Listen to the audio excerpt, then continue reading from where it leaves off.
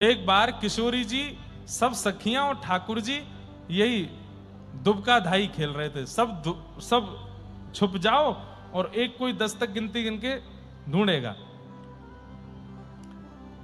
तो जैसे ही ठाकुर जी का, किशोरी जी का नंबर आया पहले, तो किशोरी जी जैसे ही गिनती करने लगी, ललता विशाखा गई और ठाकुर जी की तुरंत वंशी निकाल ली।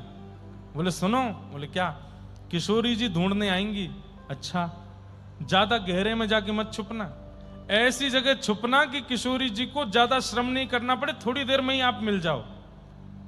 ठाकुर जी बोले ये भी कोई बात है, मैं तो छुपूंगा किसी पेड़ पे ऊपर जाके।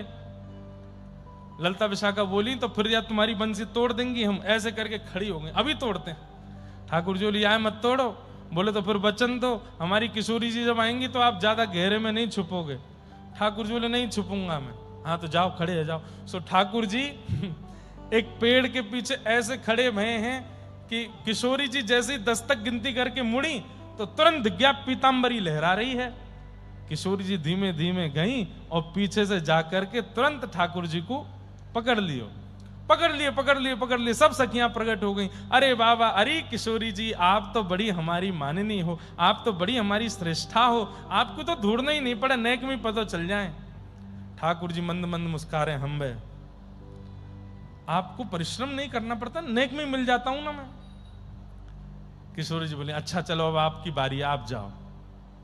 ठाकुर जी बोले अब मैं ऐसे सबसे पहले तुमको ही ढूंढ के दिखाऊंगा। जैसे ठाकुर जी 10 तक गिनती गिनने गए तो वहां ललता विशाखा वहां पहुंच गई। बोले सुनो। क्या? किशोरी जी दिख भी जाए तो आंख मूंद लेना, उनको नहीं पकड़ना।